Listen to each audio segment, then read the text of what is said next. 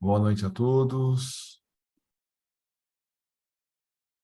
Vamos iniciar a primeira reunião desse ciclo de 2023, agradecendo ao Mestre Jesus por tudo, por todas as oportunidades e por toda a ajuda que tivemos em 2022. Que nós possamos ter aprendido com as experiências, as dificuldades,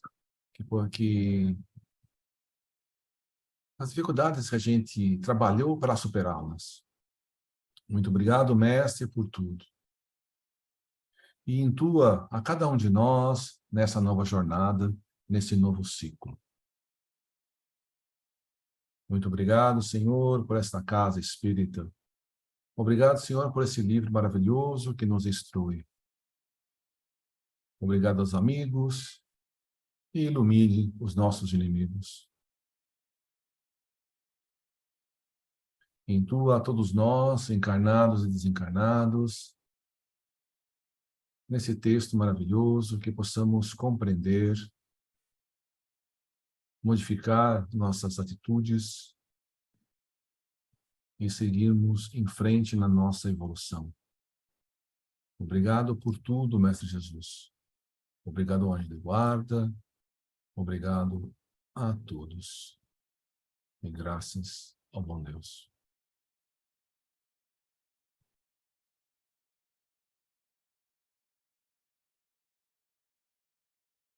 O Evangelho, a Ângela abriu no capítulo 25, buscai e achareis, e a lição é: não vos canseis pelo ouro. Acho que é a primeira vez que cai essa lição.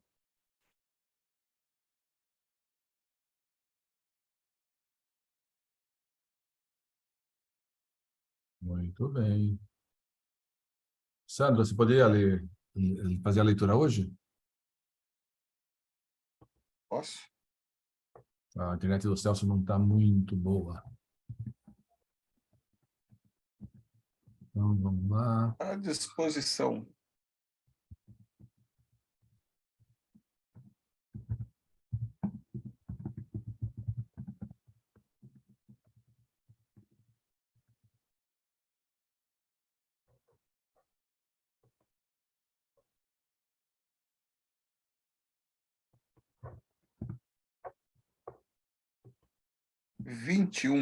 Os espíritos são gente. Uma coisa é certa: trabalho mediúnico é atividade séria e não deve ser assumido sem nítida noção de responsabilidade. São muitos os que se deixam atrair pelos aspectos mais dramáticos e fascinantes da fenomenologia para se sentirem, em pouco tempo, desencantados com a rotina do treinamento, com o esforço, as renúncias, as dificuldades e perplexidades inevitáveis que acarretam não apenas o desenvolvimento, como a prática regular da mediunidade. Médiuns em formação, levados por impulsos emocionais ou sonhando com a posição de veículos de importantes revelações e fenômenos inusitados, logo se decepcionam. Afinal de contas, como assinala Boddington, acabam descobrindo que os espíritos não são brinquedos infantis, mas indivíduos dotados de um claro propósito na vida e que escolhem seus médiuns como a melhor instrumentação para alcançar os objetivos que têm em mente. Essa observação, aliás, contém outras implicações que é bom colocar logo aqui. A de que os espíritos são gente, como qualquer um de nós, embora alguns estejam colocados muito patamares acima de nós, enquanto outros estão 2 ou 3 degraus abaixo. Não se trata de expor uma hierarquia de valores para exaltar alguns e denegrir os outros. Isso é uma realidade pura e simples, que é bom admitir logo, para facilitar as coisas. O ser superior, que comparece para trazer a colaboração da sua sabedoria e bondade, não é um semideus que deve ser ouvido e seguido servilmente, como um guru infalível e, sim, uma pessoa humana, que merece nosso maior respeito, a mais doce afeição, a que nos inspira confiança. Até mesmo suas observações e recomendações devem ser examinadas com atenção e espírito construtivo. Se eles forem mesmo o que dizem ser, não se aborrecerão com isto, ao contrário, chegarão até a sugeri-lo. Por outro lado, os que nos buscam para serem tratados, esclarecidos e ajudados não são seres desprezíveis ou monstros inaceitáveis, apenas porque seus erros nos parecem tenebrosos e sua aparente maldade seja incompreensível para nós. São seres humanos também, mergulhados em equívocos lamentáveis de que, no fundo, desejam sair, mas não sabem como nem por onde. O médium que os receber sentirá o impacto de suas paixões e desarmonias e poderá até ficar com resíduos vibratórios penosos depois que eles forem desligados. Mas não nos esqueçamos jamais de que são companheiros de jornada evolutiva em situação de aflitivas angústias e que nos procuram porque precisam de socorro, embora não o reconheçam e nem queiram admiti-lo. Não são nada diferentes do que fomos e ainda somos em grande parte. 22. O médium. Então, é o seguinte. Os espíritos, né? Todos nós somos espíritos. Uma parte de nós veste esse corpo carnal. A outra parte veste o corpo perispiritual, simplesmente. Nós somos espírito e vestimos o corpo perispiritual e o corpo carnal. Um espírito desencarnado, ele é tão inteligente e tão sábio quanto o acúmulo de sabedoria de várias encarnações. Não são espíritos infalíveis. Quanto mais elevado, mais experiente, mais de moral elevada, mais confiável esse espírito. Então, a gente tem que, toda vez que escutar alguém, encarnado ou desencarnado, avaliar a mensagem, avaliar o espírito crítico. Como diz o texto, um espírito elevado, ele não se chateia por a gente analisar o texto dele. Na verdade, eles até sugerem, falam, vocês têm que analisar todos os textos, todas as mensagens, independente de quem seja. Aí a gente consegue, com critérios, com o nosso conhecimento, avaliar se aquela mensagem tem algum fundamento doutrinário ou não, se tem alguma verdade ou alguma coisa está errada. Outra coisa que diz o texto é: muitas pessoas acabam se encantando para a mediunidade, querendo serem médiums, e algumas pessoas vêm com a mediunidade porque tem na programação reencarnatória a mediunidade, outras pessoas não são médiums videntes, psicofônicos, psicógrafos, né? Todos nós somos intuitivos. A intuição existe para todos nós. Mas as outras mediunidades ostensivas, a gente pode não ter. Agora, ele está dizendo que mesmo os médiums que são ostensivos, que vêm com uma programação, que pediram para ter mediunidade, muitas vezes começam a frequentar, querem frequentar uma reunião mediúnica e querem receber espíritos elevadíssimos, mensagens, escrever livros e assim por diante.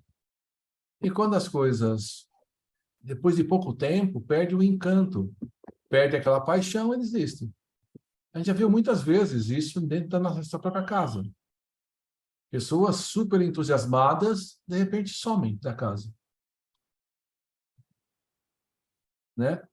Então, já foi dito aqui várias vezes que os espíritos recomendam que um grupo mediúnico sério, para assim você considerar ele sério, tem que ter mais de 10 anos. Porque nos primeiros anos as pessoas podem simplesmente ter aquela paixão, que é aquele interesse que vai perdendo durante o tempo. Após 10 anos, e você continuando a trabalhar na parte mediúnica, quer dizer que você está levando a sério.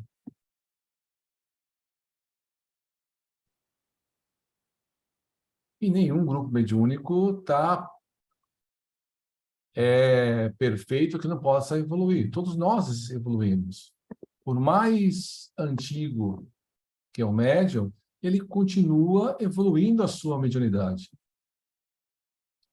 Então, na nossa casa, a gente tem 2 grupos mediúnicos, o de quarta-feira e o de quinta-feira. O de quarta-feira são os médiuns um pouco mais antigos. O de quinta-feira, os médiuns um pouquinho mais novos. Mas é só uma questão de visão. Então, a gente continua crescendo e vai desenvolvendo, e pessoas de um grupo vão para outro, né? Pessoas frequentam, às vezes, o grupo de quarta e quinta-feira, pessoas que frequentam a quinta passam a frequentar o de quarta, mas isso vai melhorando, a gente vai sentindo isso, né? E a gente vai remanejando as pessoas, para não ter nenhum grupo grande, como a gente falou nas outras reuniões. O grupo não pode ser gigante. É mais fácil um grupo trabalhar dentro de um certo número. Então, a gente mantém 2 grupos em números razoáveis, de quarta e de quinta-feira. Certo? Algum comentário?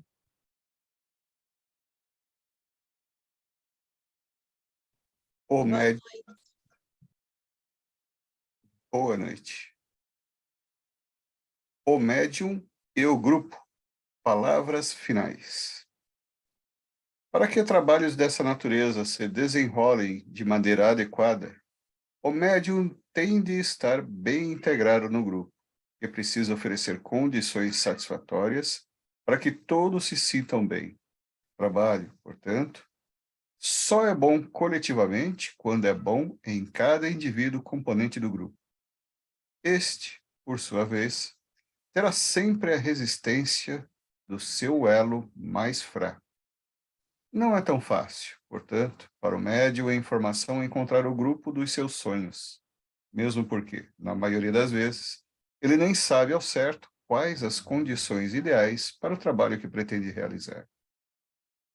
Se suas faculdades estão ainda na fase inicial e necessitam de assistência competente para que se desenvolverem corretamente, suas dificuldades de adaptação talvez sejam menores, desde que tenha a felicidade de encontrar um bom grupo, porque se instruirá dentro dos padrões ali adotados. Se já está desenvolvido a ponto de poder participar das tarefas mediúnicas em andamento ali, poderá ter dificuldades bem maiores, como vimos no caso de Regina. Com a dose certa de boa vontade e de compreensão de parte a parte, tais arestas poderão ser eliminadas. Se, porém, o médium sente que não há como adaptar-se àquele tipo de trabalho ou àquele grupo em particular, deve continuar sua busca. Ao contrário, sua maneira específica de exercer a mediunidade estará acarretando problemas para o grupo, que prefere trilhar outros caminhos, como também o modo de trabalhar do grupo estará sempre criando nele um confronto que gera desconfortante mal-estar e até mesmo conflitos mais sérios que precisam ser evitados. O período de adaptação do médium ao grupo, portanto, é sempre uma fase delicada, tanto na vida do grupo quanto na carreira do médium. Exige atenção especial, compreensão, tolerância de parte a parte, mas não concessões prejudiciais, de um lado ou de outro lado, que resultem em prejuízo para ambos.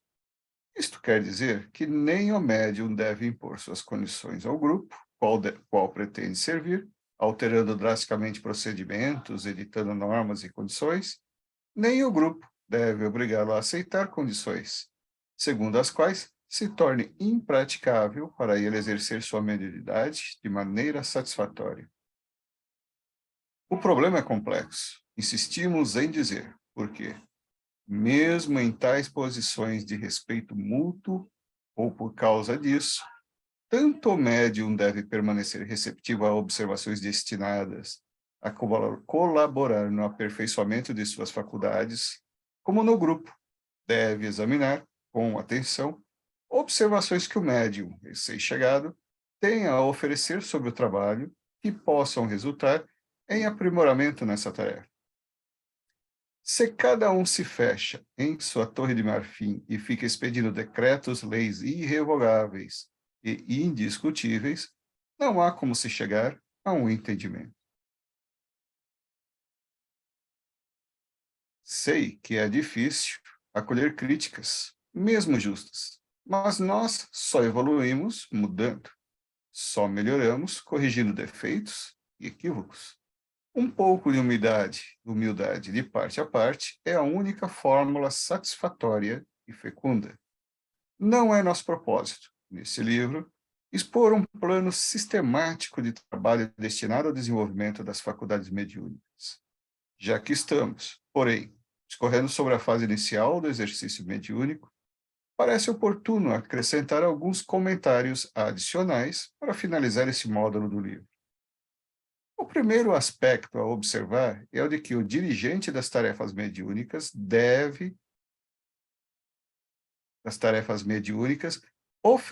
oferece melhores condições de êxito no desempenho da parte que lhe toca, se suas próprias faculdades, se as tiver, não o levarem a um estado de inconsciência.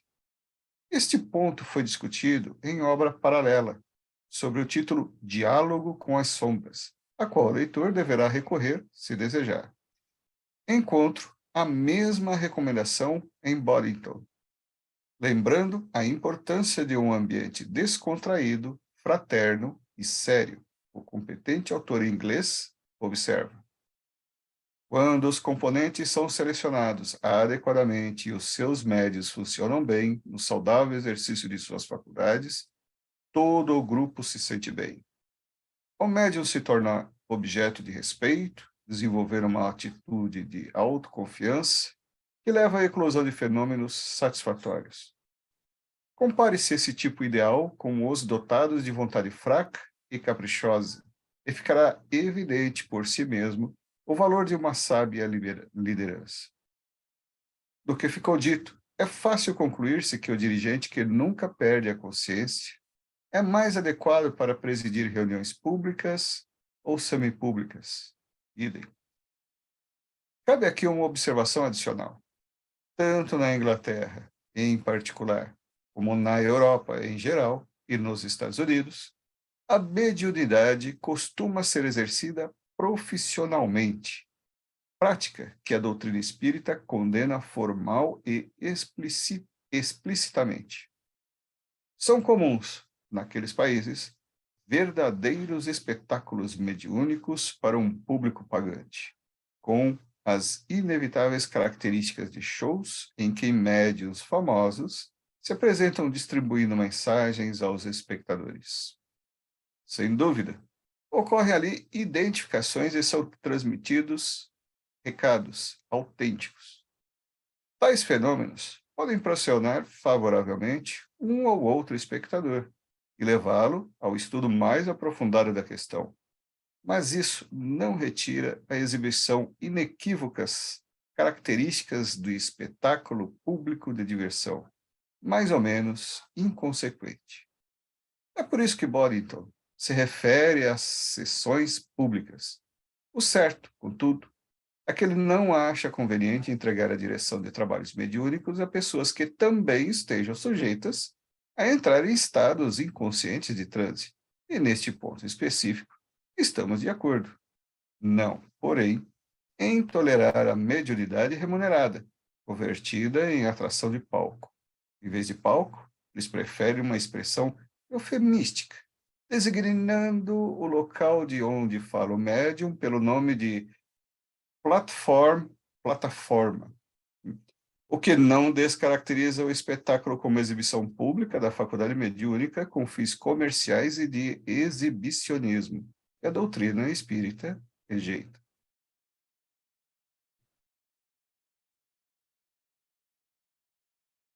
Por que ele está dizendo que o dirigente é aconselhável que não seja médium?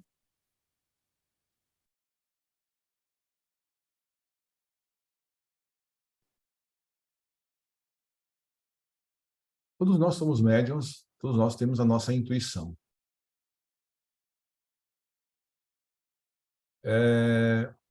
O médium ostensivo, ele fica mais sensível aos espíritos do que o médium simplesmente intuitivo. Então, a mesma coisa é, quando você está conversando com um espírito, se for um médium, então digamos, sei lá, um médium psicofônico está dando uma comunicação, e você se aproxima para conversar com o espírito. Se você for outro médium psicofônico, por exemplo, você pode sentir as vibrações do espírito e você pode acabar sintonizando com o próprio espírito. Se o espírito é um espírito nervoso, perturbador, isso pode atrapalhar a sua conversa com ele. Uma pessoa que não tem essa sensibilidade fica mais isento dessa influenciação.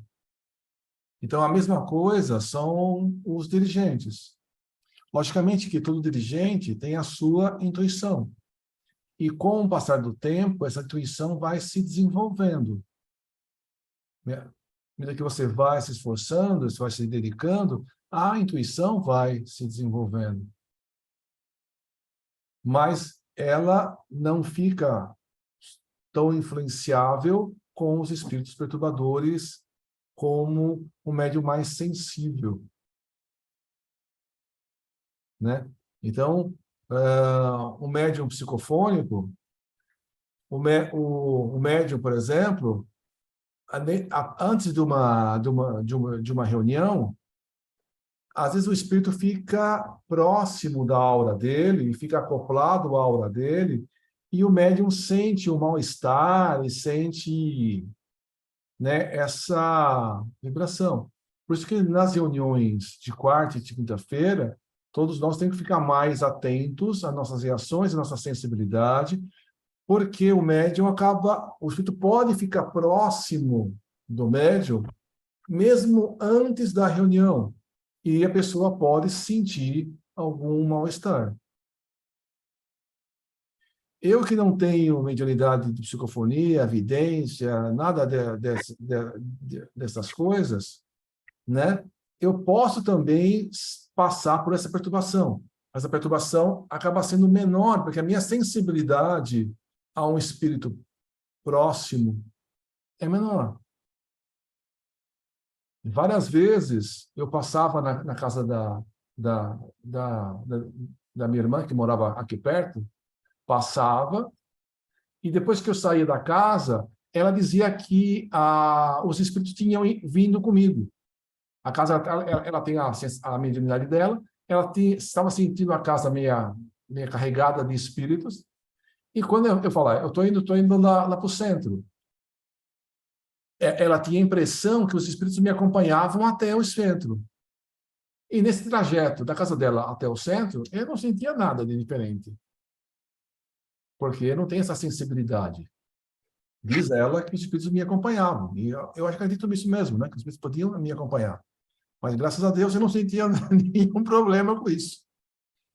Né? Porque não tem essa mediunidade, não tem essa sensibilidade. Né? Então, talvez por isso que ele está dizendo que os dirigentes eles recomendam que não tenha esse tipo de sensibilidade. Eu penso assim, vocês podem pensar diferente, ó, não tem problema não.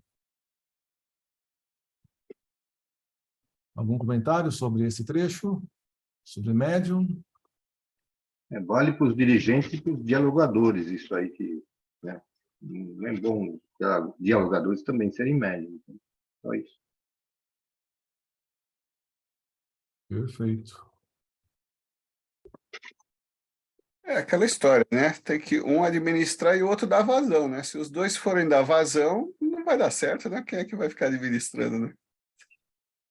Por Isso isso aí. que cada membro da reunião mediúnica, todos os membros da reunião mediúnica, são importantes. Então, todo mundo, todos os componentes da reunião têm importância. Para você fazer um bom grupo mediúnico, você tem que ter uma certa quantidade de cada uma dos componentes. Você tem que ter os médiums que vão dar a psicofonia, tem que ter médiums videntes, tem que ter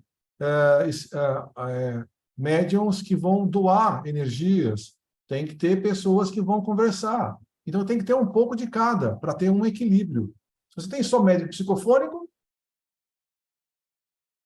fica complicado fazer uma reunião mediúnica. Se você tem só conversador, ou só médium que vai doar, não, tem que ter um pouco de cada, né?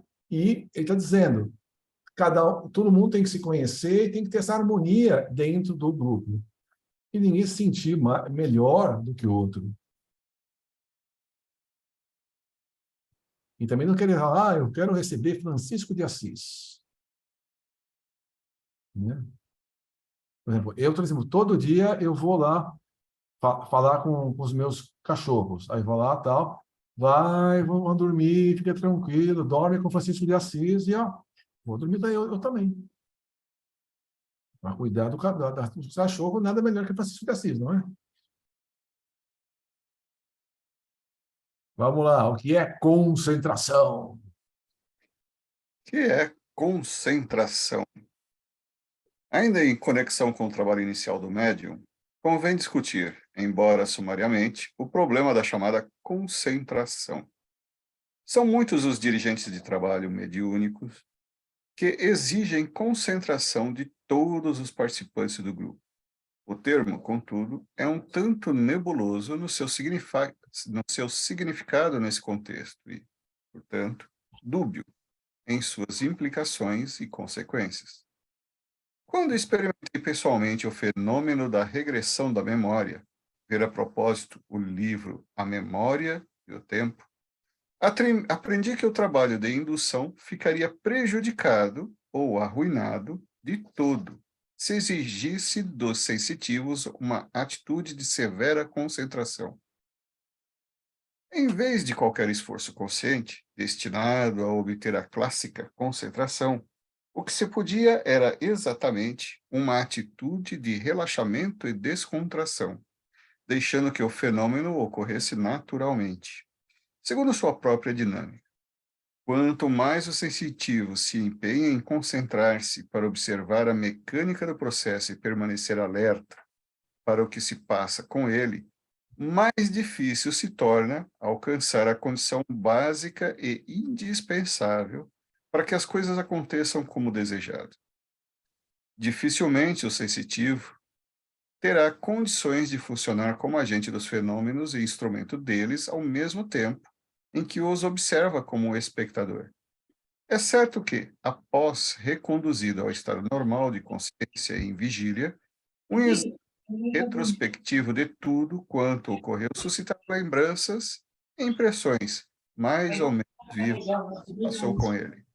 Mas, de modo geral, o esforço da chamada concentração é uma das principais causas inibidoras do fenômeno. Sei que estamos aqui a discorrer sobre fenômenos anímicos, desprendimento, regressão da memória, transe magnético, etc. Mas a experiência com o assunto indica que há uma só realidade subjacente. Tanto no fenômeno anímico quanto no mediúnico, dado que estão ambos apoiados no mesmo instrumento básico da sensibilidade e, em algumas modalidades, na mesma capacidade de desdobramento do corpo espiritual. Apesar de valiosa, a concentração facilmente se transforma em um estado mental que frustra seu próprio objetivo, ao restringir a emissão de força magnética. Steve Boddington, em University of Spiritualism. Em Secrets of Mediumship, ele amplia seu comentário, lembrando que o relaxamento físico e mental constitui fator de primeira importância no desenvolvimento da mediunidade. Ao contrário do que muita gente pensa, a concentração não consiste em fixar na mente um pensamento ou imagem, mas precisamente o contrário, ou seja, em esvaziar a mente de pensamentos. O que vale dizer, abrir espaço para que o fenômeno anímico ou mediúnico se produza, sem interferências, sem obstáculos, sem distrações que o inibam. Isto é perfeitamente compreensível. Já vimos que o contexto, o ambiente, o campo de ação da mediunidade é o pensamento. Esse conceito é universal e incontestável, até mesmo para os chamados fenômenos do efeito físico, pois não há movimento algum de ideias ou de objetos, da vontade, enfim, que não tenha de receber os comandos da mente através do cérebro, a qual central diretora do ser encarnado ou desencarnado. Muitos esquecem, ou não sabem, que o desencarnado também tem seu cérebro no corpo espiritual, isto é, no perispírito. Como poderia o espírito comunicante movimentar seus recursos através da mente do sensitivo, se ela está teimosamente obstruída ou paralisada na fixação de uma ideia ou de uma imagem? Sabemos todos que não é fácil fazer parar a maquininha de produzir pensamentos, como quem desliga os terminais de um computador, com o simples apertar de um botão de comando, ou apaga a luz ou apaga a lâmpada pressionando o interruptor. Muitas pessoas dispõem, contudo, dessa interessante faculdade como que inata, espontânea e pronta para a utilização. Acredito que a maioria acabe desistindo de conseguir realizar essa verdadeira proeza. Sem dúvida, porém, é possível despertar e desenvolver a faculdade de controlar o fluxo torrencial e aparentemente inestancável do pensamento. Não é nosso propósito recomendar aqui nenhuma técnica especial, das muitas que existem em livros. Nem me considero autoridade no assunto.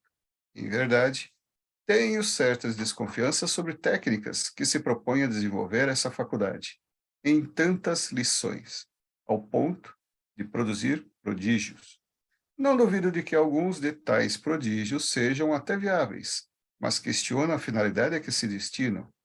Lembro-me sempre daquela ilustrativa historinha do discípulo que, após muitos anos, apresentou-se ao seu guru para lhe anunciar, eufórico, que já conseguia transportar-se de um lado a outro de um rio pelo simples poder da mente, ao que respondeu uma decepcionante e arrasadora observação. Ah, meu filho, você perdeu seu tempo. Você pode fazer a mesma coisa a troco de umas poucas moedinhas atravessando de canoa. A famosa concentração não é, pois, exatamente o que pensam muitos que ela seja.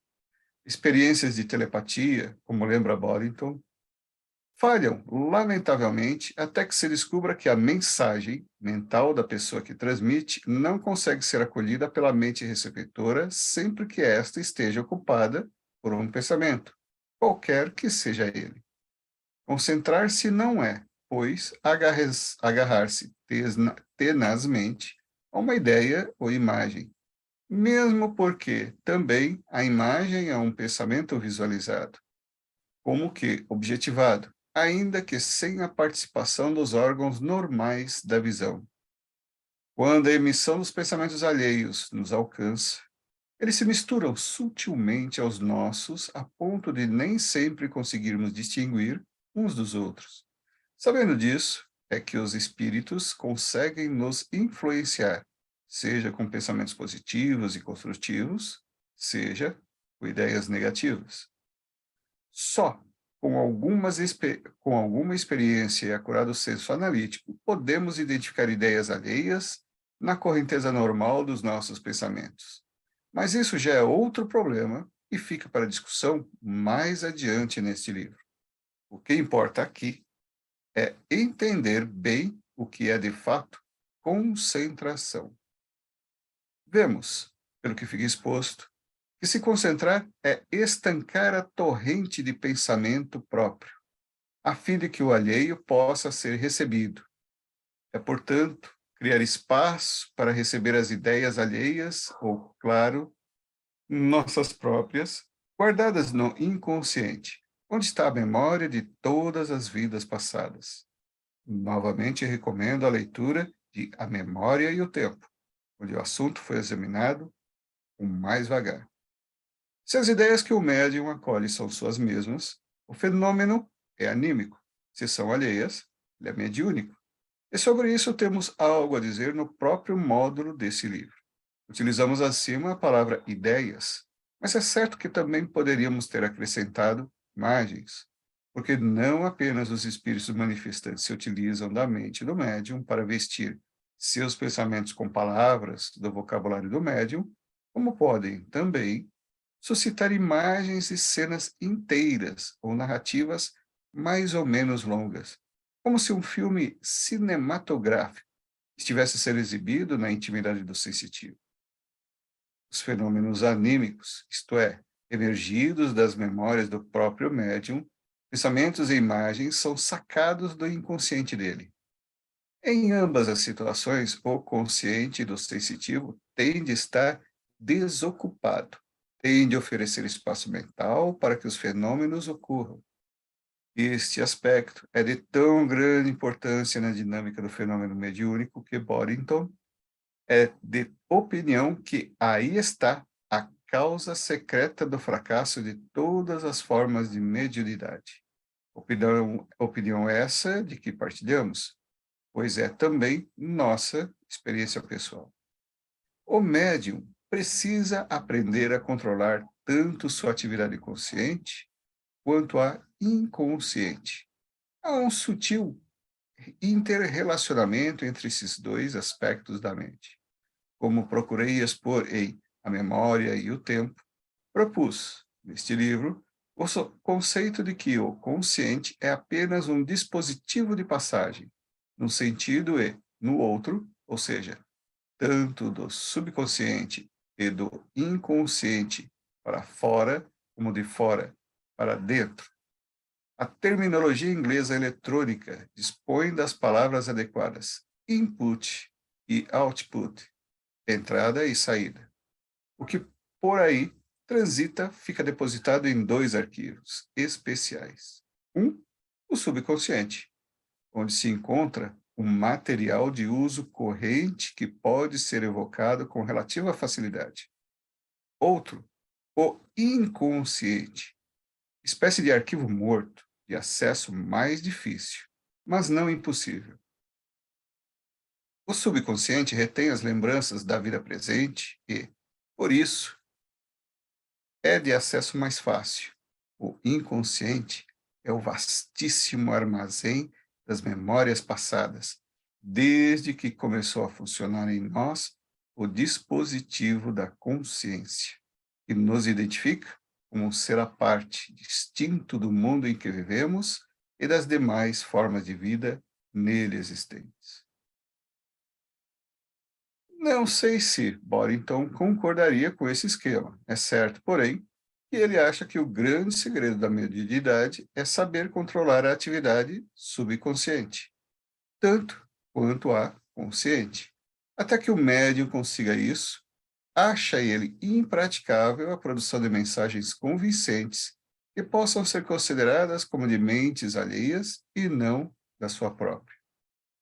Não estamos muito de acordo nesse ponto, mesmo porque a experiência ensina que não devemos dogmatizar com nenhum aspecto da mediunidade ou, para ser mais amplo e abrangente, com nenhum aspecto da complexa atividade mental do ser humano. Acho que por muito tempo, e bota tempo nisso, teremos surpresas e mistérios a decifrar nesse campo de estudo. Testemunhamos, às vezes, notáveis fenômenos e comunicações de irrespondível evidência mediúnica em sensitivos que, obviamente, não demonstram conhecer com tanta nitidez como desejaria Boddington a distinção entre ideias próprias e alheias, ou que dominem com perfeição os dispositivos da mente. Não há dúvida, porém, de que o bom funcionamento da mediunidade exige certo controle do que se passa no consciente e no subconsciente, ou, para dizer de outra maneira, capacidade para ceder espaço mental desobstruído ao espírito comunicante, estranho à atividade do médium.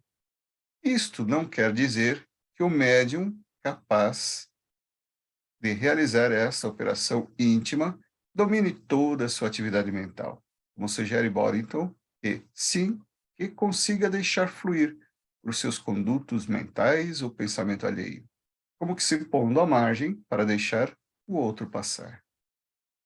Tanto isso é verdade que muitas das melhores mensagens e dos mais convincentes fenômenos ocorrem quando o sensitivo, seja ele médium, praticante ou não, encontra-se extraído com uma atividade manual rotineira e repetitiva que não induz a nenhum esforço especial de concentração extenuante.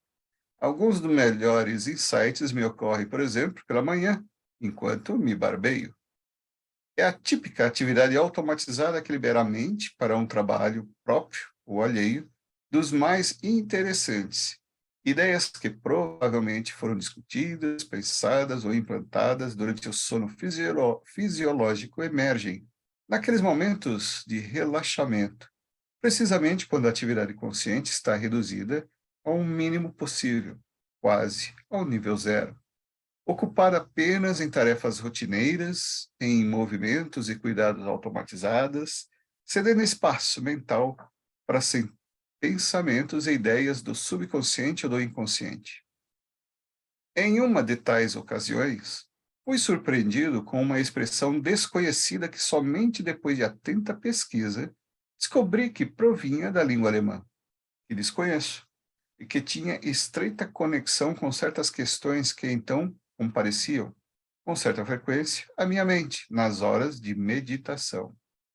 Isto quer dizer que, assim que a mente oferece o espaço de que vimos falando, tornamo-nos receptivos a certos recados do inconsciente ou de seres invisíveis que, embora distantes, estão a nós vinculados por qualquer motivo.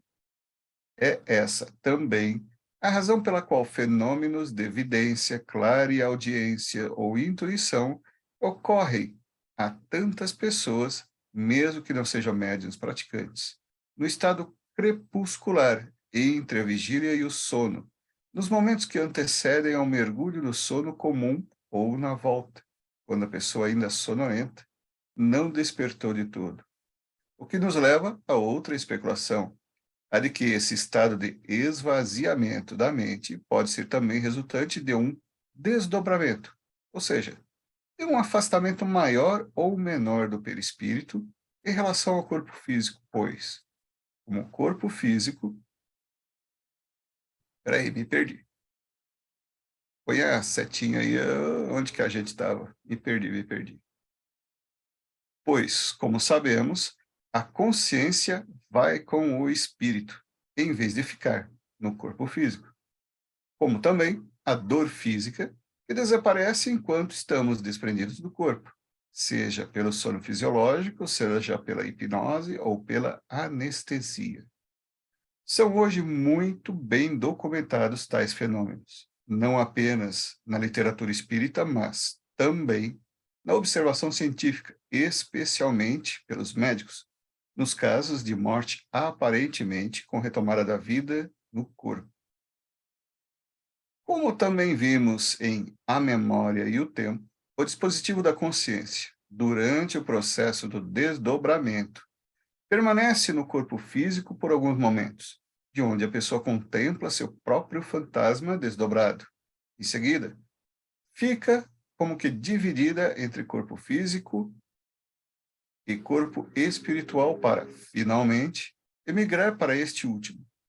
Uma vez nesta terceira posição, o cérebro físico, embora continue energizado e vitalizado, pois o espírito continua preso a ele pelo cordão fluídico, está como que vago, disponível para receber impressões e imagens, não apenas de seu próprio espírito desdobrado, como de outros espíritos, tanto encarnados como desencarnados, próximos ou mais distantes.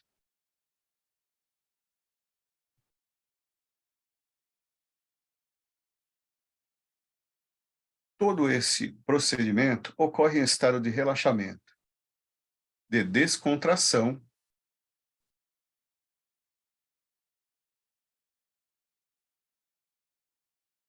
bastante.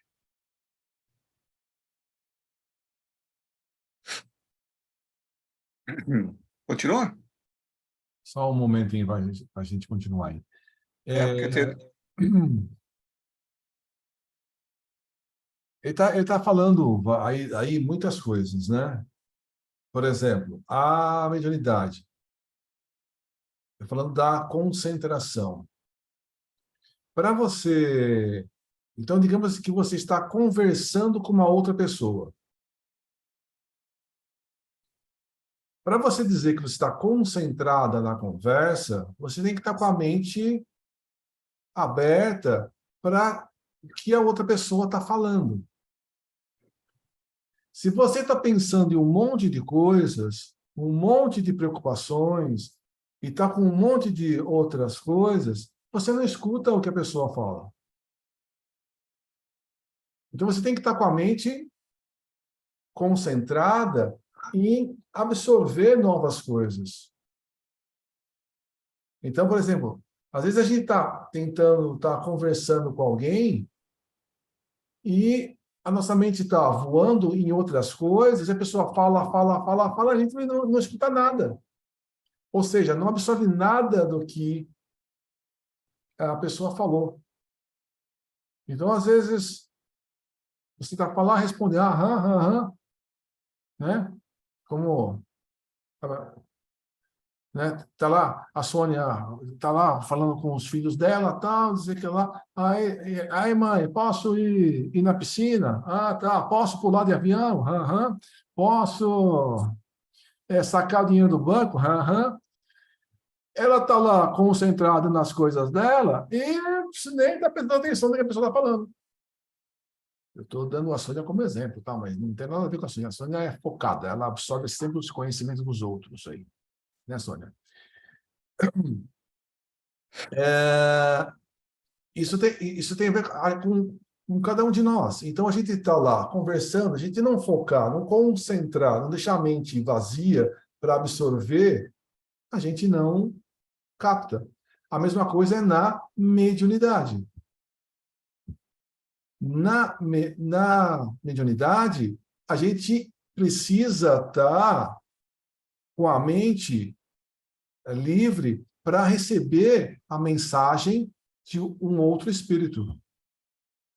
Então, se eu tiver um monte de imagens, pensamentos e várias coisas, eu vou ter dificuldade de receber e muito mais transmitir os pensamentos de uma outra entidade.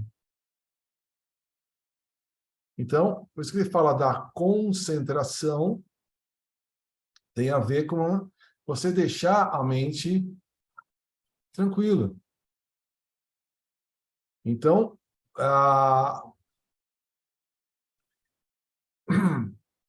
então você precisa permitir essa comunicação. Outra coisa que ele fala aqui a nossa mediunidade, a gente acaba captando coisas, a gente tem que, com o processamento do nosso próprio cérebro. Então, tem o cérebro do espírito e tem o nosso cérebro. A gente acaba, nesse estado, procurando se desdobrar e permitir a passagem da comunicação do espírito. Agora, mesmo que você seja um médium muito desenvolvido, existe a sua parte que contribui na comunicação. Então, ele estava discutindo sobre animismo, ou seja, você está buscando da sua própria experiência, do seu subconsciente, o lado do seu inconsciente. Então, às vezes a pessoa é um homem e está lá dando comunicação de uma experiência de uma mulher, que pode ter sido o mesmo espírito na vida passada. Então, ele, na comunicação, ele se desdobrou e está acessando o inconsciente dele e está se comunicando. Então, digamos que o médium tem um conflito muito grande de uma vida anterior. Numa reunião mediúnica, ele pode acessar o subconsciente e, na conversa que a gente faz, a gente pode estar tratando, ou conversando, tentando resolver um conflito de uma vida anterior para o médium. Aí é uma comunicação anímica. Agora, quando você está conversando está passando a mensagem de uma terceira pessoa, de um espírito, aí é uma reunião, é uma comunicação mediúnica. E que depende do conhecimento do próprio médium, porque o médium é um intermediário. Então, quanto mais você esteja desenvolvido, né, mais você conhece as palavras, mais você tem sua evolução moral, mais fácil são os bons espíritos passar a comunicação para você.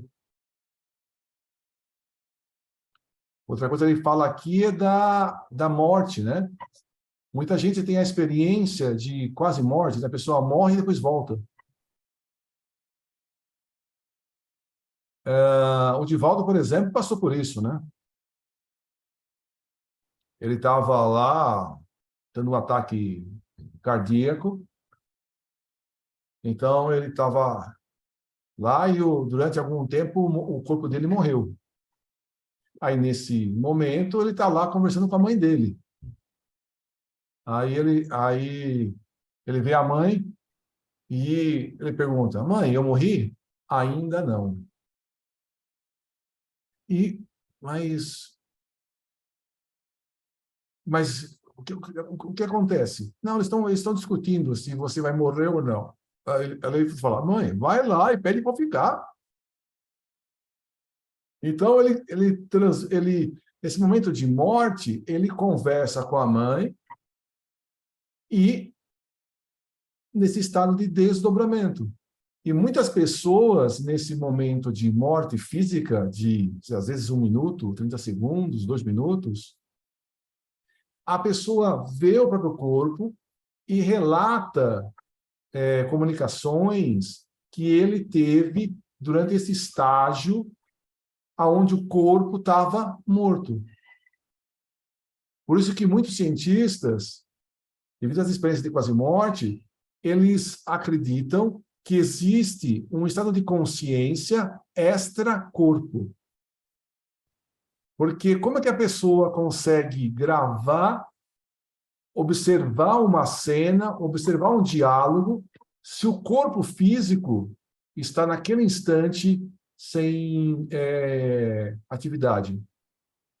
Então, alguns cientistas acreditam que exista uma consciência extra o corpo, eles não chamam de espírito, mas chamam com outro nome, porque essa consciência guarda essa comunicação dessas experiências de quase morte.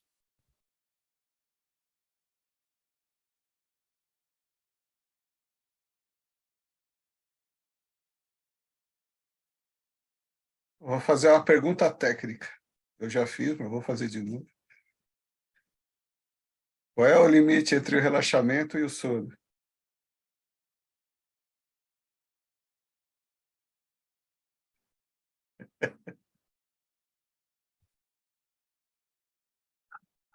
Às vezes a pessoa, ela está cansada e ela dorme mesmo. Ele está dizendo que, muitas vezes, a pessoa,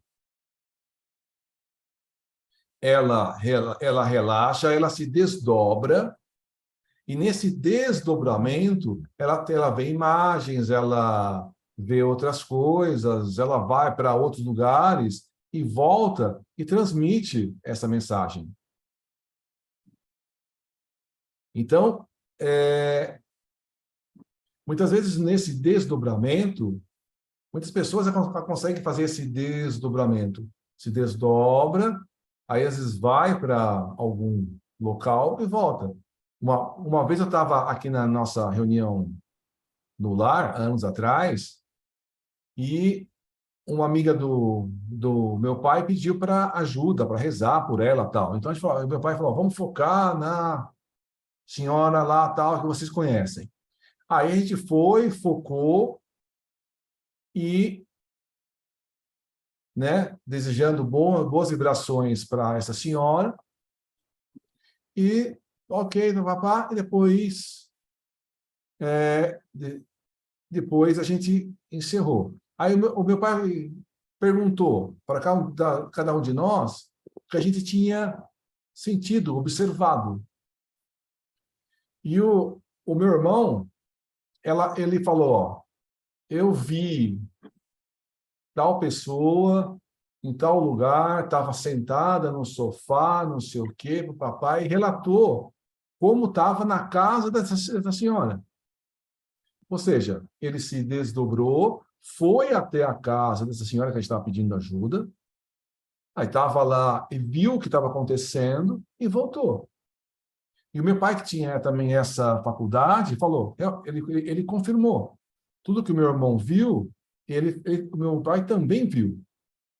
Então, hoje houve uma confirmação da imagem. Realmente, tudo que você falou, eu também vi do mesmo jeito, da mesma forma. Ou seja, a pessoa se desdobrou, meu pai e meu irmão se desdobraram, foram até lá conscientemente, né? Eu não senti nada, não vi nada, só mandei, ó, que Deus ajude e pronto, tal. Mas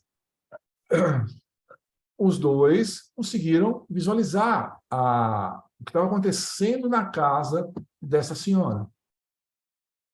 Às vezes a gente está muito cansado, a gente realmente dorme.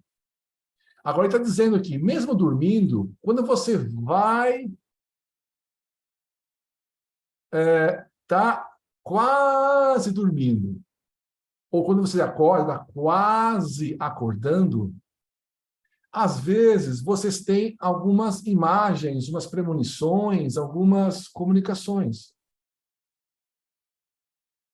Então, eu já vi relatos de várias pessoas que não têm esse tipo de mediunidade normalmente, mas nesses dois momentos de estar relaxando e quase em estado, né, quase dormindo, tem algumas visões.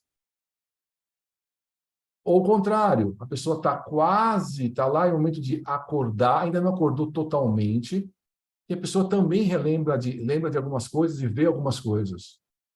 Então, isso a pessoa está parcialmente desdobrada e acaba vendo coisas, e às vezes até coisas que vão acontecer, por exemplo.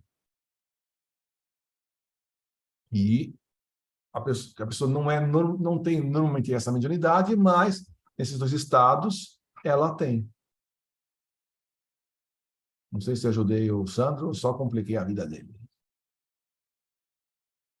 Não, porque é aquilo, né? Aquele relato que eu já dei para vocês, né? E, principalmente de segunda-feira, sono que me dá é absurdo, é incontrolável. É quase incontrolável, assim. Então, às vezes, até gosto mesmo de ler, porque eu não sei o que acontece. Começa a me dar.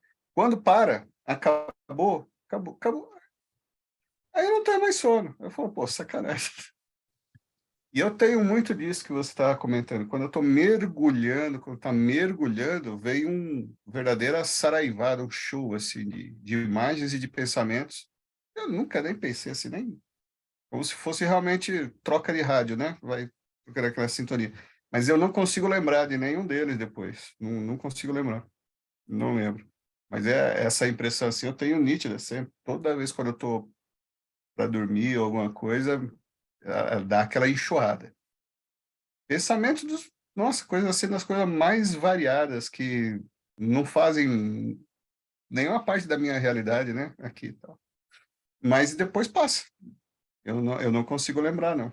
Quando eu tô acordando, difícil assim eu ter esse tipo de coisa, mas quando eu tô mergulhando, tem forte. Só que eu não lembro, não consigo lembrar.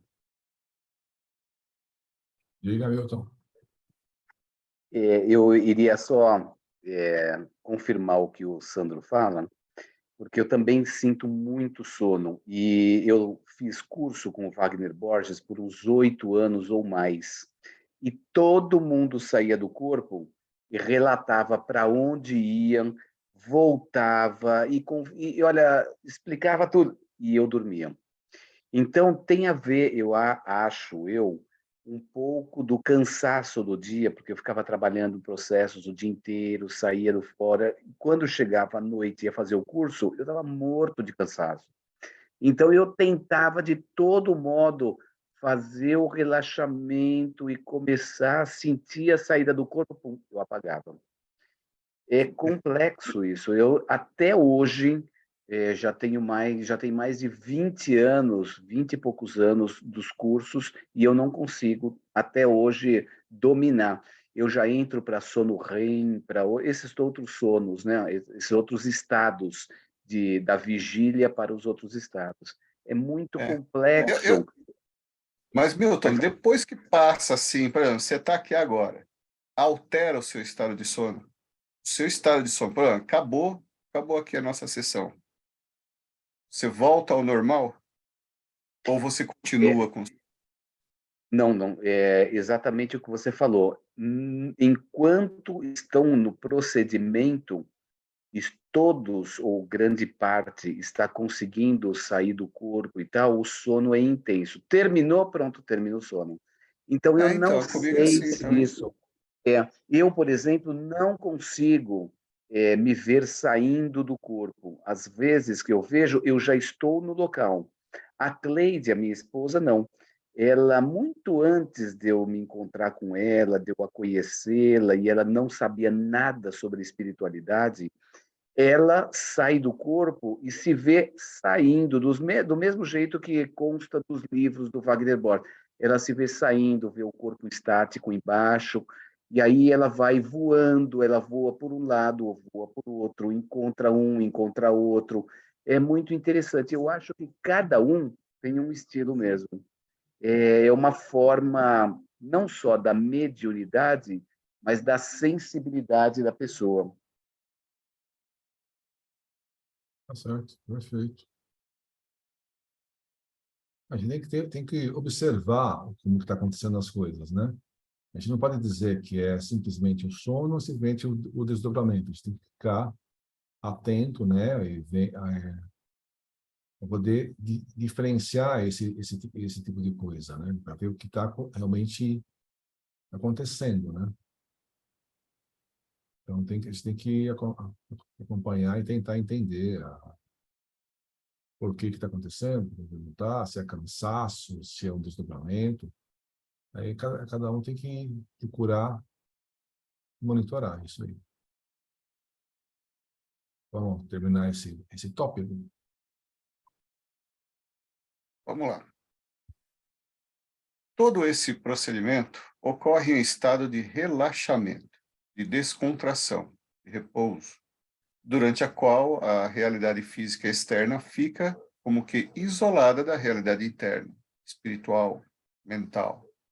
Parece lógico, portanto, concluir que talvez não haja aqui um processo efetivo de bloquear o pensamento e fazê-lo estancar nas fontes profundas da mente, mas, sim, uma técnica segundo a qual o perispírito, parcialmente desdobrado do corpo físico, leva consigo o dispositivo da consciência, deixando vagos e em disponibilidade os mecanismos correspondentes no organismo físico, por onde circulam ideias, imagens e pensamentos sob seu comando. É como se a consciência, ao afastar-se, permitisse que alguém a substituísse no comando do organismo. De tudo o que ficou dito, fica-nos, portanto, a conclusão de que, em vez de um esforço quase físico ou mental de concentração, o médium precisa exatamente o contrário, isto é, de um estado de relaxamento que crie em si mesmo a receptividade necessária ao desempenho de sua tarefa. O esforço de concentração resulta não apenas improdutivo, mas contraproducente, dado que, em vez de criar um relaxamento propício aos processos mentais, mantém o corpo e a mente em estado de tensão indesejável. Segue-se que o fluxo incessante do pensamento não é propriamente estancado como quem fecha uma torneira, e sim continua a fluir em outro contexto, ou seja, no âmbito do espírito, sem circular, contudo, pelos dispositivos conscientes ou orgânicos do cérebro físico. Esta hipótese parece reforçada quando nos lembramos de que o espírito nunca está inconsciente, a não ser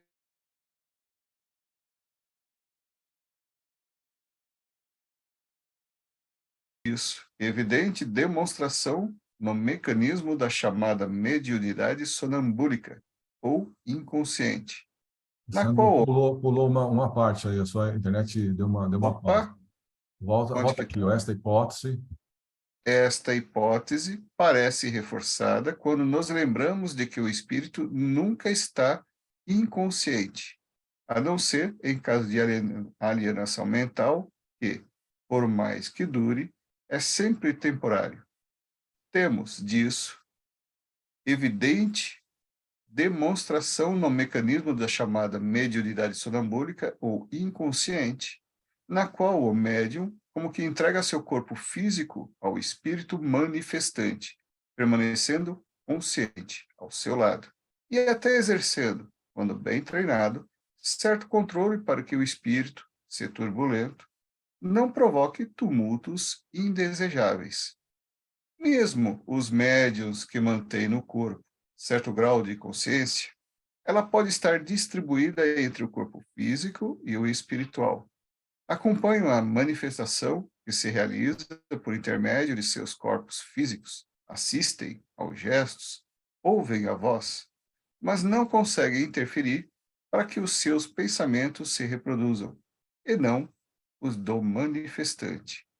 Assim, mesmo tido por inconsciente no corpo físico, o espírito está sempre consciente, embora sem poder interferir de maneira mais drástica, como às vezes gostaria de fazer para conter impulsos de violência ou de incontinência verbal do manifestante.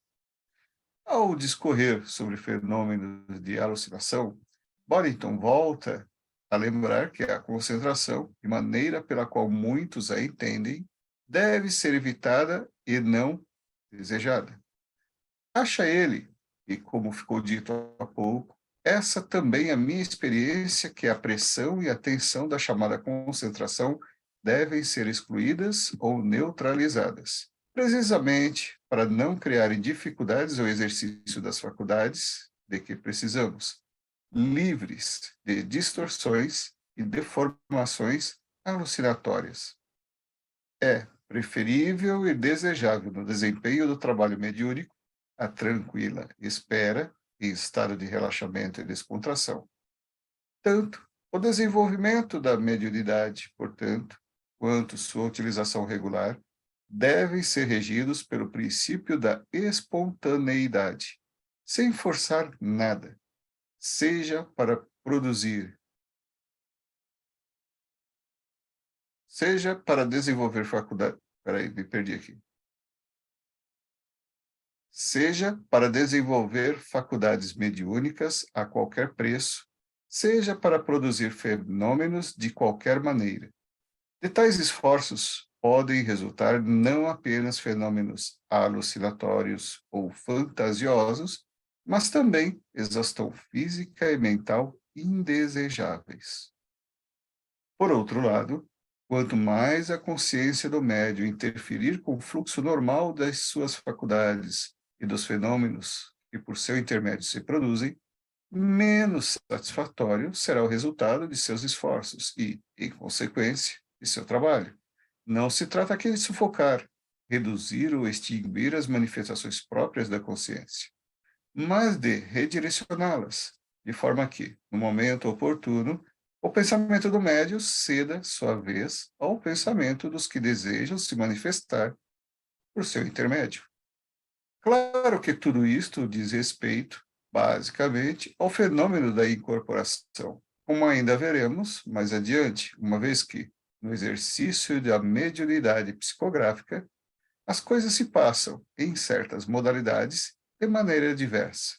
Como ainda veremos, o médium pode manter sua mente totalmente ocupada até com pensamentos alheios ou seus mesmos e continuar a psicografar em um texto coerente de elevar o teor doutrinário ou filosófico, como na psicografia mecânica, na qual ele apenas empresta seu braço ao manifestante, mas fica com o controle de tudo ou mais da sua instrumentação mediúnica, podendo até atender, pela mesma psicografia, outro espírito, ou a mão desocupada, e ainda um terceiro manifestante, pela psicofonia.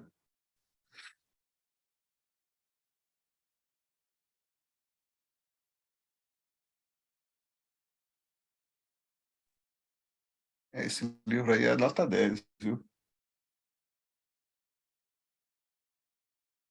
Bom, uma das coisas que ele está falando aí existe a mediunidade consciente e a inconsciente. Na mediunidade consciente, você dá a comunicação e você lembra toda ou parcialmente a comunicação que você deu.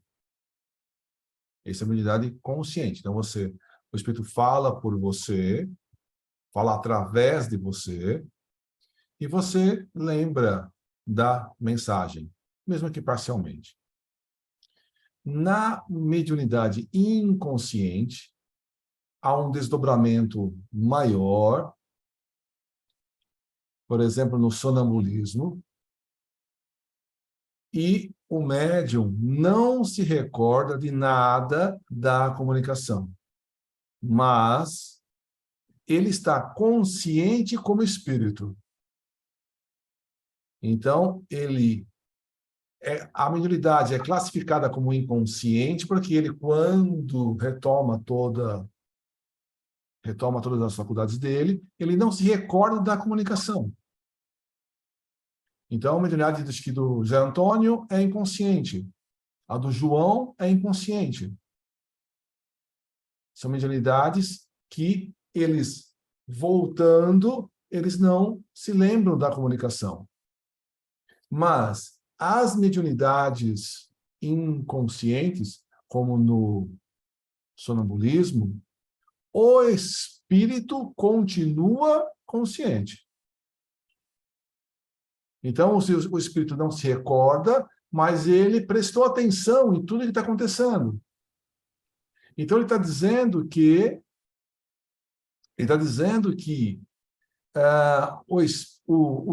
o médium está consciente e ele está lá do lado do corpo. E ele tem condições de controlar algumas coisas que o corpo dele está fazendo. Ele não perde totalmente o controle. Mais para frente nesse livro, ou não foi nesse livro? Bom, Não sei se foi nesse ou no livro do Divaldo. Mas digamos o seguinte, talvez esse livro. Diz o seguinte, que alguns médiums inconscientes dão muito trabalho à espiritualidade. Por quê? Como eles são inconscientes, eles se julgam que não precisa controlar o médium, o espírito, o corpo dele. Então ele se desdobra e fica lá, e não toma conta do corpo.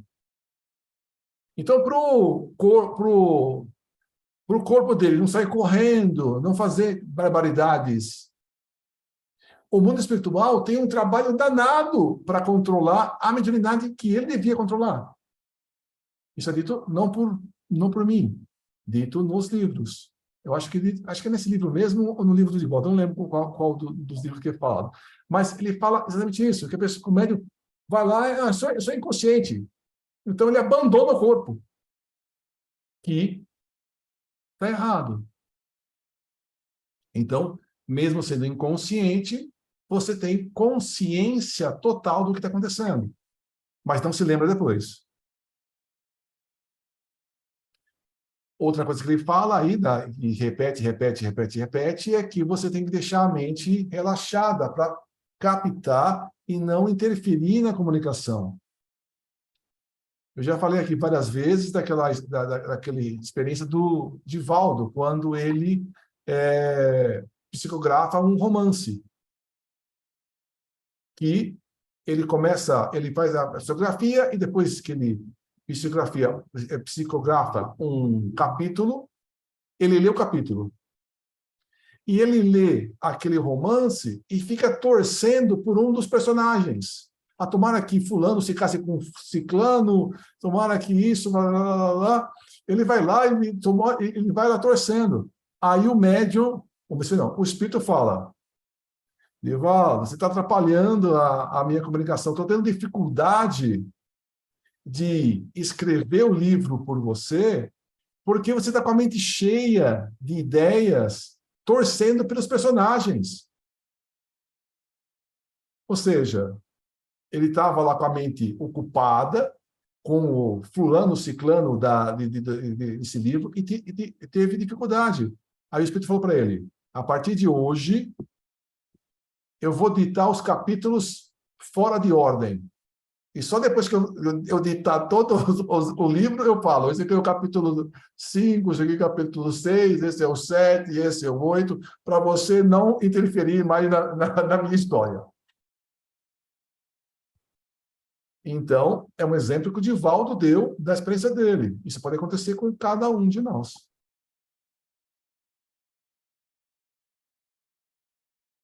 Comentários? Então, eu achei muito interessante essa questão de manter a mente livre, né? Eu acho que a gente pode até, do nosso dia a dia, da prática mediúnica, né? É importante a oração de abertura, aquele, né? Então, você se relaxar, ter aquela preparação, onde a espiritualidade está te preparando, né? Mas é somente depois da sua oração íntima aí, né? Você com Deus aí, seu papo aí, e aí, quando você tem isso e você se entrega, aí a mediunidade acontece naturalmente. E é um curto espaço, assim, assim, quando está no início, quando está desenvolvendo a mediunidade, é um pouco mais dificultoso. Me falem os médiuns psicofônicos aí que estão por aí. Mas, conforme passa o tempo, isso se dá mais naturalmente. E é justamente na hora que, digamos assim, você se desliga de qualquer pensamento, de qualquer coisa que passe na sua mente, que vem, né? E eu digo isso até para outros tipos de mediunidade, como vir uma mensagem, né, psicografada, a vidência, enfim, né? Essa, pelo menos, é a minha... o que eu achei bem interessante e confirma, né? Confirmando aí a questão da deixar a mente livre e da espontaneidade, quando ele fala de manter a reunião ali espontânea entre todos, todos ali concentrados, ou não forçar nada. Forçar é pior, que aí não vem nada mesmo, você fica pensando, focando, né? Assim, então, às vezes quando você fala assim, não sei se sou eu, não sei se sou eu, não é você, deixa, vai lá, não importa se é você, se não é, deixa fluir, que já é o comando, é o start do início da mediunidade aí, né? É isso.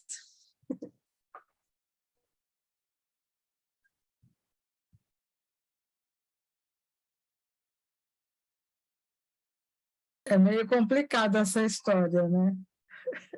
É fácil, não. Porque tem vezes que a gente está mais cansado, tem vezes que a gente está com mais problema, e é difícil se desligar mesmo.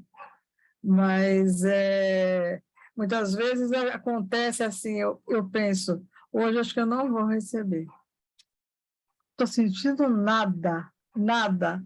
E aquilo vem tão rápido, tão estranho, tão de repente, você não percebe, você já está sentindo que não é mais você, entendeu? É um negócio meio estranho, a gente é tomado mesmo de alguma... Eles procuram um vácuo na gente, eu acho. É realmente isso.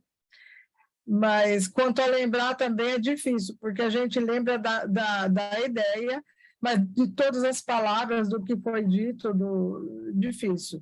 Eu, por exemplo, lembro até hoje de um espírito que queria bater no centro. Eu me esqueço porque foi tão estranho, foi tão esquisito, foi tão real que eu pensei comigo. Até hoje eu não consegui. E a Terezinha também cantou. Teve uma que a Terezinha cantou, queria sair da cadeira cantando. Quer dizer, é meio complicado. A gente tem que estar, como é que se diz? Vigiando o próprio espírito. É complicado isso aí, não é fácil, não. Mas uma coisa que a gente tem que ter em mente é que a gente tem que ser sincero, né? E honesto. Tem, não tem, não tem, pronto, acabou. Não é por aí de falar, não, acho que tem, não é assim. É complicado. Mas, no fim, dá tudo certo, né? Quando a gente pensa que não vai ter nada, as ideias vêm que você sabe que não é sua, e é um negócio estranho mesmo. Não tem o que fazer. E outra, essa história de que você não consegue interferir também é verídica, porque você, às vezes, não concorda com aquilo que está acontecendo, não concorda com aquela posição do espírito e não pode fazer nada. É muito complicado, principalmente a gente que gosta de dar um palpitinho, né? Que nem o Divaldo.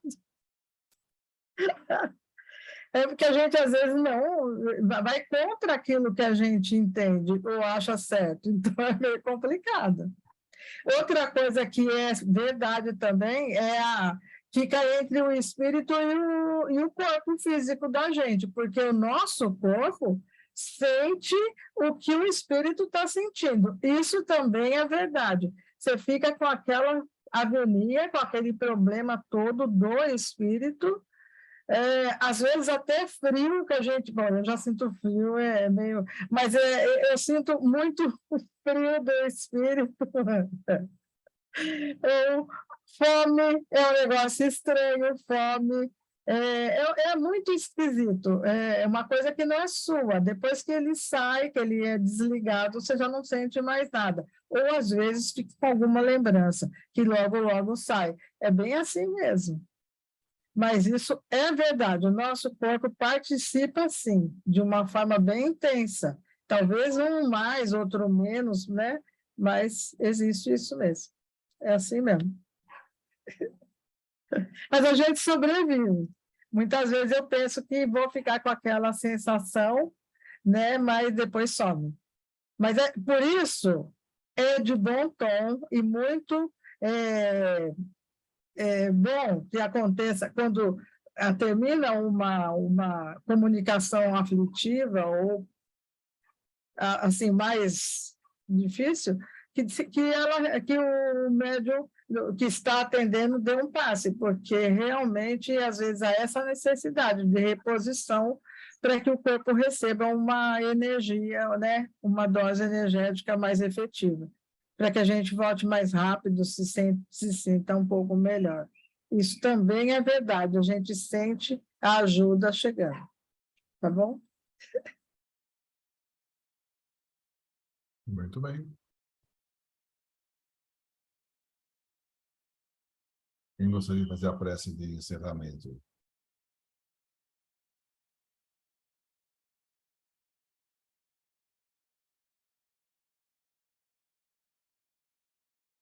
Mais algum voluntário? Roberto, pode fazer.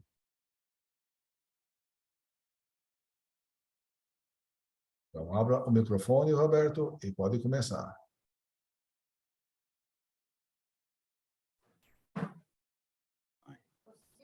Acho que sim, sei lá. Tá ouvindo aí? Sim. Tá. Então, agradecemos a Deus, nosso Pai, por essa oportunidade, nosso Mestre Jesus, agradecemos também a leitura feita por hoje, esse encontro que estamos fazendo já no início desse novo ano, né? Agradecendo toda essa vibração boa, uma vibração sadia.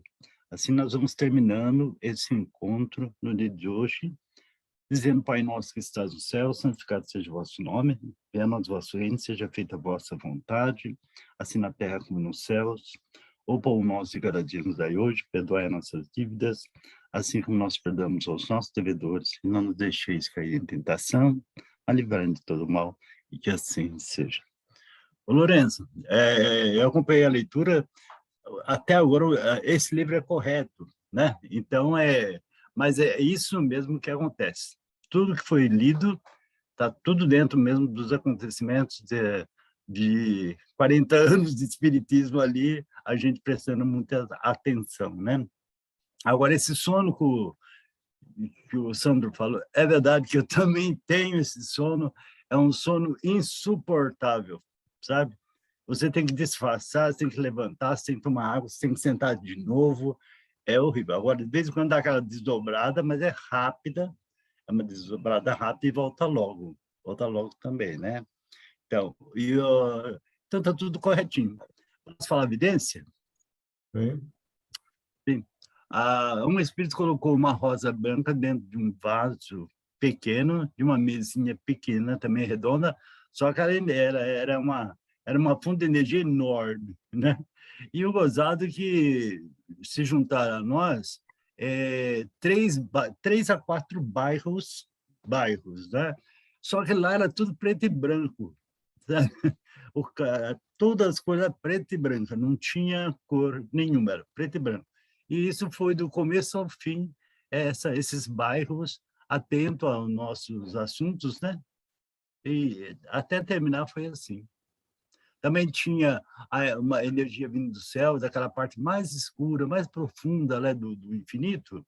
Ela vinha numa espira, não uma espira redonda, era uma espira oval, e chegava bem mansa, né, bem gostosa, em todos os lugares também. Foi até o fim assim. Muito bem. Deixa eu só falar um negocinho. Por isso, Sandro, que eu sugeri que você lesse, para que o seu sono não te atrapalhasse. Desde o começo eu falei Mas a minha irmã, muito linguarudinha, foi comentar isso, né? Mas não foi por maldade, tá? Foi assim que eu achei que ia ser bom. Um detalhe interessante também, e que todos nós conhecemos, né? A retirada de energia. Lá no centro acontece muito isso quando tínhamos encontros, né? Então, um dia, o filho, o Luiz que desencarnou, levou o filho dele. O rapaz parecia que ia entrar em desespero de tanto sono que ele tinha, né? Então, chega a lagrimar. É que também é retirada de energia do nosso corpo. Então, sentimos também esse sono enorme. Dá até medo. Eu ia me manifestar sobre isso. Não seria, e eu acho que o senhor está confirmando, a doação de ectoplasma? Porque justamente em situações muito delicadas que já ocorreram próximas a mim, eu entrei num sono profundo e acabei não participando fisicamente do que estava ocorrendo, mas depois eu tinha mais ou menos uma noção do que ocorreu e eu estava dormindo. Então vem esse sono tremendo. Imagino eu que sejamos nós doadores de ectoplasma ou outro tipo de energia. Exatamente. Até uma das vezes, os espíritos falaram para nós: vocês vão me desculpar, mas nós estamos precisando muito, a necessidade é grande. Eu falei: tá bom, nossa, mas era todo mundo quase dormindo, as pessoas lutando para ficar acordado. E era mesmo toda a retirada de energia para ajudar aqueles espíritos que estavam muito ruins. Então, foi ali a confirmação que eu tive, né, de ver todo o tratamento feito ali. Por isso está todo mundo capenga lá de sono. Muitas vezes isso acontece com reuniões públicas, onde o público é bastante diverso e grande, acho que com grande necessidade, e aí a gente começa ali a sentir esse tipo de coisa. Começa até a lacrimejar, como diz o Rô. Eu e a Terezinha somos as primeiras. A Terezinha, a mãe da Maria Alice. Nossa, a gente tem que pegar um guardanapinho para poder, porque fica mesmo. Mas isso acho que é normal, né? É bom, a gente está trabalhando. Ah, que bom. É verdade. Perfeito. Muito bem, muito bem. Boa noite a todos. Boa noite. Boa noite. Tchau, tchau. Obrigado. Boa noite. Obrigada, Tchau, até tchau. amanhã. Um abração. Tchau, Até amanhã. Hein? Obrigado, Sandro. Obrigado, Celso. Obrigado, Tchau, Lorena. Sônia. Todo mundo. Tchau, Tchau, gente. Milton. Tchau, Tchau, Sônia. gente.